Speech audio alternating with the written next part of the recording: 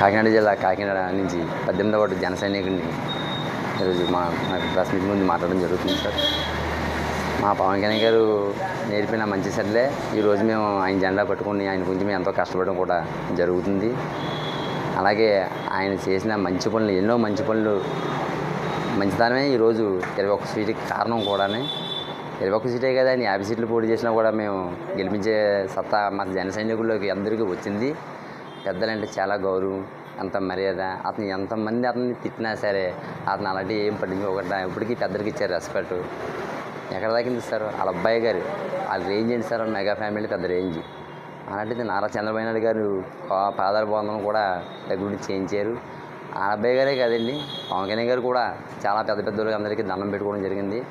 ఆయనకి ఏంటంటే మంచిదనం తప్ప చెడు చేయాలని తెలియదు. అలాంటి మంచి మనిషి రాజకీయంలో రావాలనేసి మేము అనుకున్నాము. సరైన టైంకి 21కి 21 వచ్చినందుకు మాకు చాలా ఆనందంగా ఉన్నది. నెక్స్ట్ ఇయర్ ఇంకా పైకి రావాలని ఇంకా కోరుకుంటున్నాం. చాలా ఆనందంగా ఉంది 21కి 21 వచ్చినందుకు.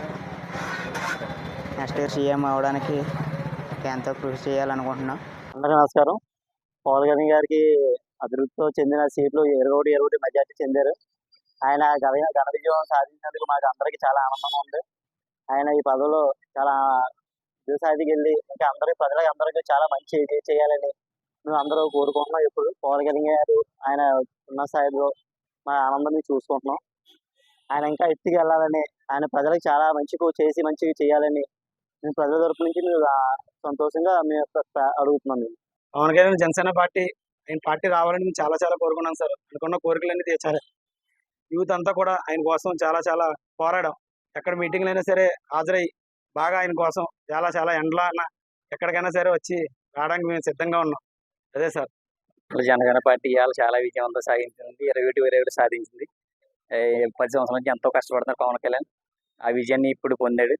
తెలుగుదేశం ఉమ్మడి కుటుంబం అంతా బాగా విజయవంతం అయింది. అలాగే పిఠాపురం కూడా ఎంతో అభివృద్ధి పొందుతుందని మేము ఎంతో నమ్మకంగా ఉన్నాం. అలాగే కాకినాడ కూడా సిటీ ఎంపీ కూడా మంద వచ్చింది. ఆ కాకినాడ కూడా చాలా అభివృద్ధి చెందుతుంది.